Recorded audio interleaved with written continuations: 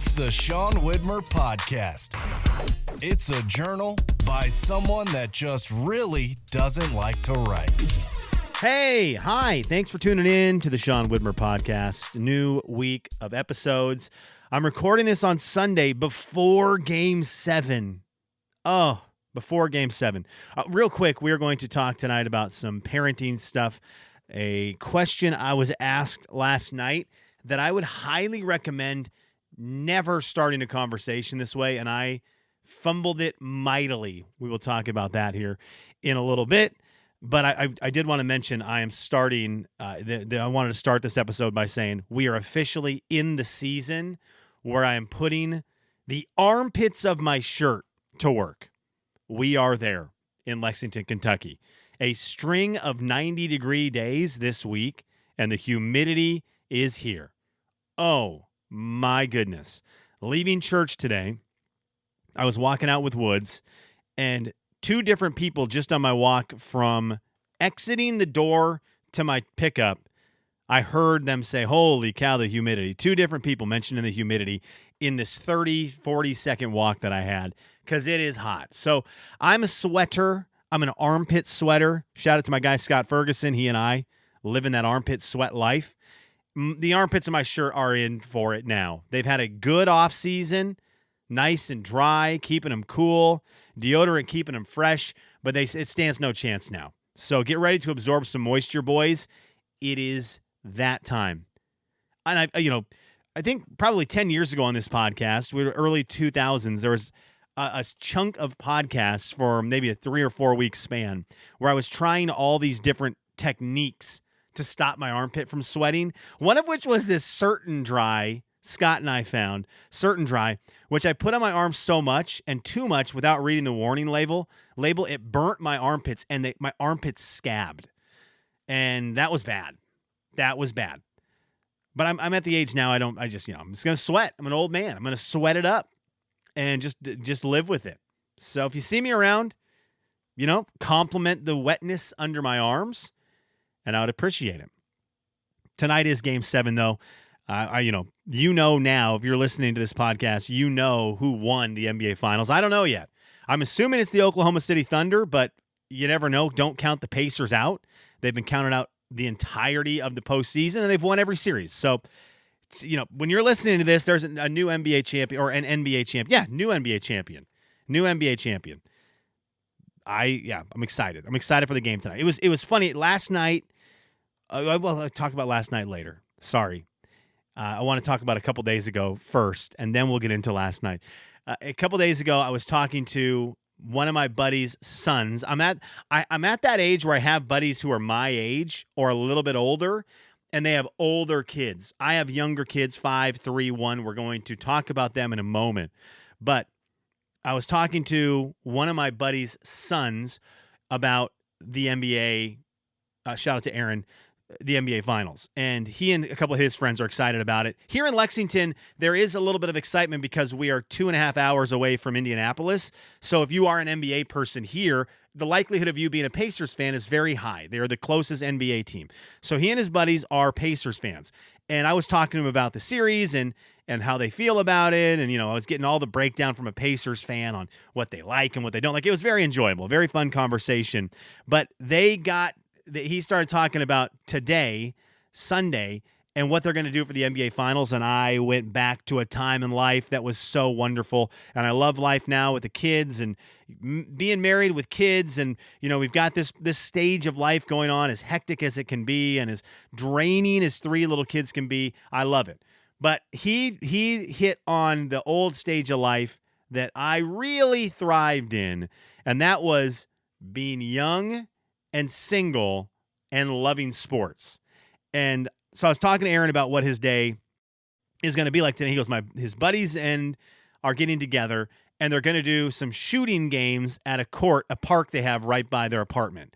And so I was already like, this sounds great. I'm all in on this.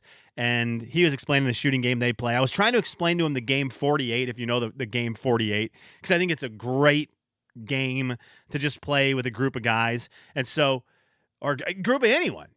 But I think, he's got a group of guys playing basketball today. I don't think they want to play 2-on-2 or 1-on-1 or 3-on-3. So 48's a great option to play if you're not looking to just get really sweaty running around playing basketball.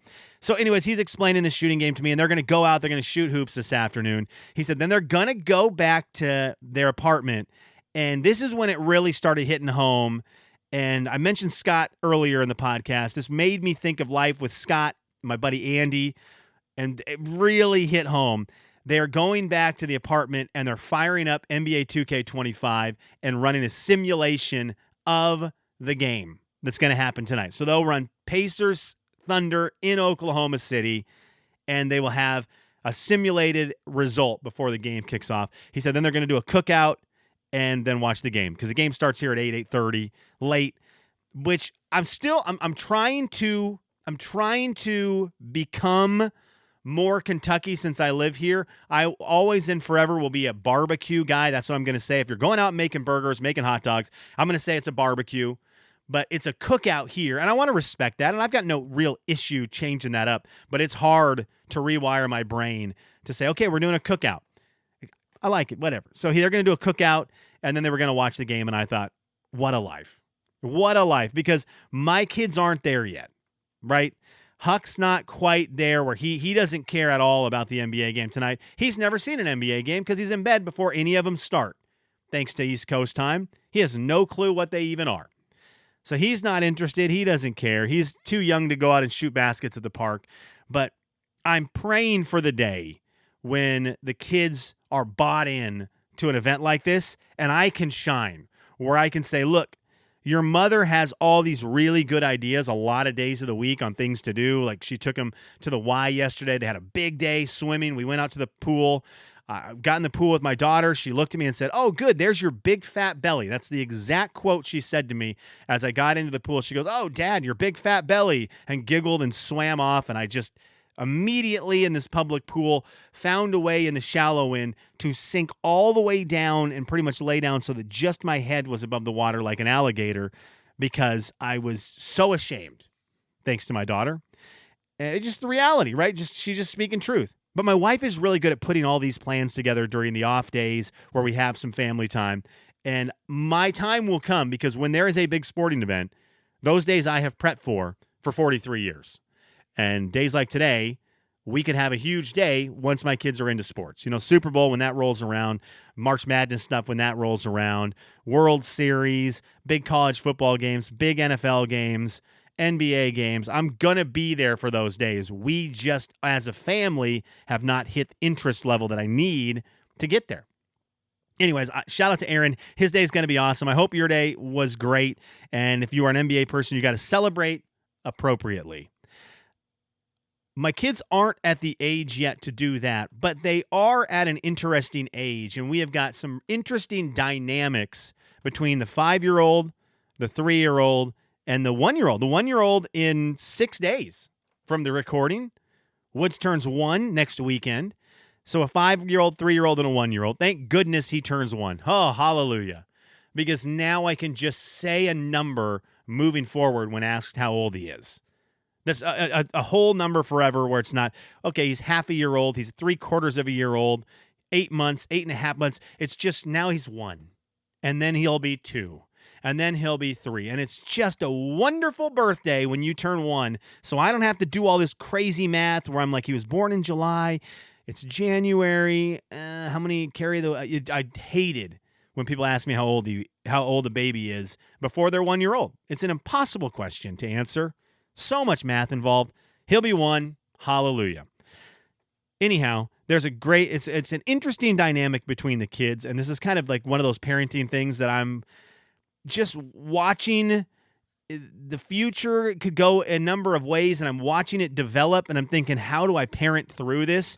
My 2 older kids, they love nothing more than to fight like cats and dogs. I don't know why they do. I don't know what the draw is to it. And it leads to tears, and it's constant, and it's the same thing every time. Someone has a toy. The other person rips the toy from their hand. All heck breaks loose. I run in, and I'm looking at a toy I've never seen. A toy that was discarded 8 months ago that has not been touched. It's got cobwebs on it, and now it is the prized possession of our house. And these two knuckleheads are fighting over it when they don't even in reality they don't even want it, right? So I see this all the time. Olivia has a toy, Huck takes it. Huck has a toy, Olivia takes it, and it's off to the races. Cats and dogs, they don't have fun together at all.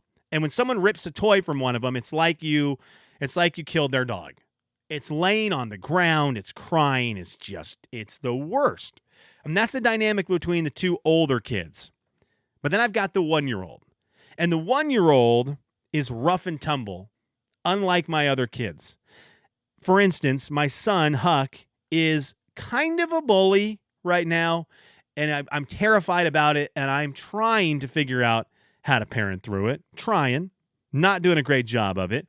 But he is very much into walking up to Woods, 2 hands to the forehead, push him backwards, and just walk off. And I'm like, why did you do that? Huck will be sitting on the couch.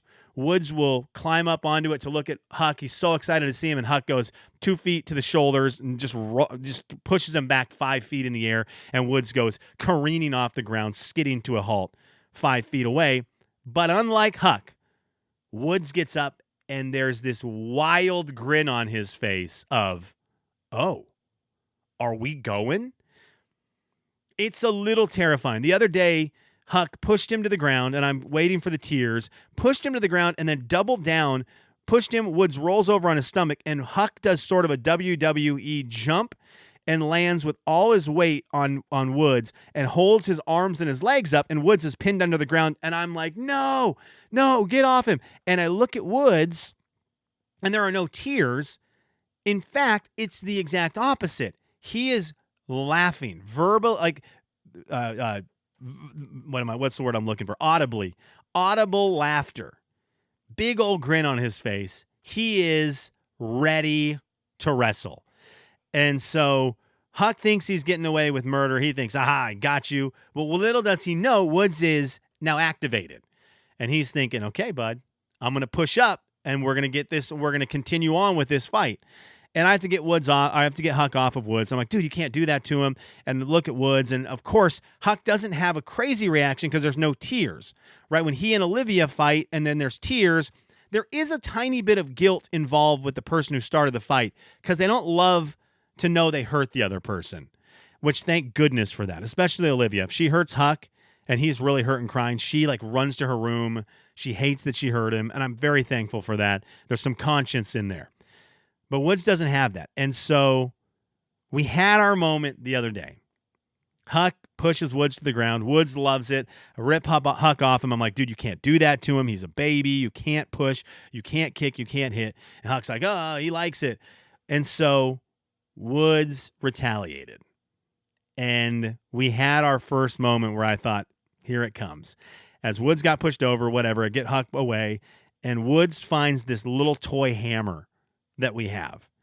And he grabs it, and Huck's playing with some cars, and Woods crawled behind him, and Huck didn't see him, and then Woods gets right in front of Huck, face to face. Huck doesn't see the hammer yet, which if he would have lost his mind because Woods has my hammer. My life is over. I haven't thought of that hammer all day, but now it's the only thing I want. And Woods raised it above his head and bonk, right off Huck's forehead. Comedic timing, comically funny. Boom. And Woods' face when he did it was the biggest grin of let's wrestle. Let's fight. This is me instigating the fight. Now, tackle me, push me, let's roughhouse. But instead, my 3-year-old did what he does, flails backwards like a soccer player, launches himself to the floor. Tears of death coming from him. Woods hit me. Woods is beating me up. Woods is mean. Woods is the worst. Where's Mom? I need a Band-Aid. It was an insane reaction for the one piece of retaliation that has come his way. After months of beating up Woods, Woods finally retaliated, and it was it. That was it. We could not come back from it. I mean, it was an hour of just, I have been hurt so badly. Please take this child, this baby, and evict him from the house. Send him off to boarding school. He's the worst. And I thought, dude, this is what you do every 5 minutes to the kid. He got back once. So we're kind of maneuvering this. As a parent. I don't know how that's going to go. Stay tuned. I will keep you posted. And again, thank goodness he's won. Ugh, I'm ready to be done with the months. Kelly's, what are you into? I love conversing with people. I love it. And this will go somewhere. This is what I was going to talk about from last night. I just had my notes all weird. I wanted to save it for the end. I love talking to people. I love it. And I think talking to people is valuable. Now, I'm not into talking about politics. I'm going to tell a little story about politics. And I know that not talking about politics, this is not a great look for me that I'm not into politics, because I get it. I know there's people saying you need to be, it's important. I understand this. So I am wrong. I'm in the wrong that I do not talk about politics, that I don't get into politics a lot. I don't read a lot about politics. I understand your point, lover of politics. This is a flaw for me, that I'm not more invested in knowing what's going on politically. I get that. So I don't talk a whole lot of politics. But if someone's going to talk politics to me, I want to listen. I have this thing in my mind that I try to live by, a rule I try to live by, and it's not always easy to do. But if someone is interested in something, a lot of things I'm not interested in at all. But if they're interested in it, I want to hear them talk about it. I want them to be able to talk to me and tell me stories about what they are most passionate about. This happens a lot with me, has happened a lot to me with cars. I've found myself around a lot of guys who really enjoy cars, nice cars, cool cars, like talking about what's under the hood and the engine. I don't know any of it. Old cars, muscle cars, right? But I like to ask questions about them. I like to hear them talk about them, because it is so fun to get to talk to somebody about what you are passionate about, even if I'm not passionate about it, right? Even if the recipient is not passionate about it, it's fun to tell someone about the things you like. So I've always tried to be somebody, and I'd recommend it to you too if you're not this way.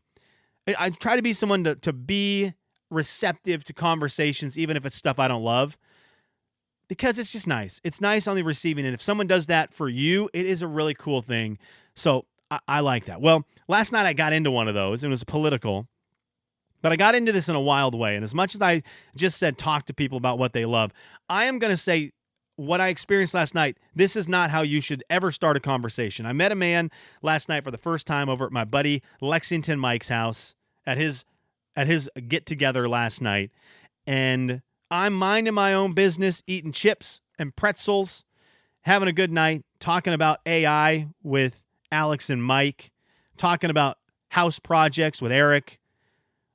Our buddy Pete's going on a trip here in a little bit, and so he was telling us about going to New York and what they're going to be doing. So we're just having a great time. Well, there's a man there I have never met before. He's got a Skeletor shirt on, so that was really cool. And I was like, okay, well, I'm going to talk to this guy. I've never met him. I want to know what's going on. So I go to introduce myself. And the very first thing he asked me was, hey, did you vote for Trump? Like, before hello, that was the beginning. That was the intro to the conversation. And here was the problem. There was conversations happening around. I don't think I was ready for a question like that. I'm kind of listening in one ear to a funny conversation that's happening right next to me, and I didn't hear his question. And I thought he said something else to me. And I answered it in a way that he did not want me to answer it.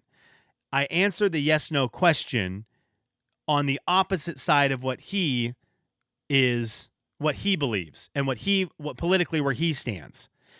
And the part that stunk was, we aligned in what our answer was. I just answered the question wrong. And once I said it, there was no coming back, because he was like, what? And he was so offended by it. He's big time, sounds like he's big time politics guy. And so I tried to be like, oh no, I misunderstood. But at that point, he had already pegged me as the opposite side. And he's like, you don't have to change your views just because I'm here talking about this and that. Like, we can have different opinions, but I'm definitely going to tell you my side of things. And so I found myself, I dug myself into this crazy hole. It's kind of weird. I have successfully lived in 2 cities where if I was actually trying to play that game, right?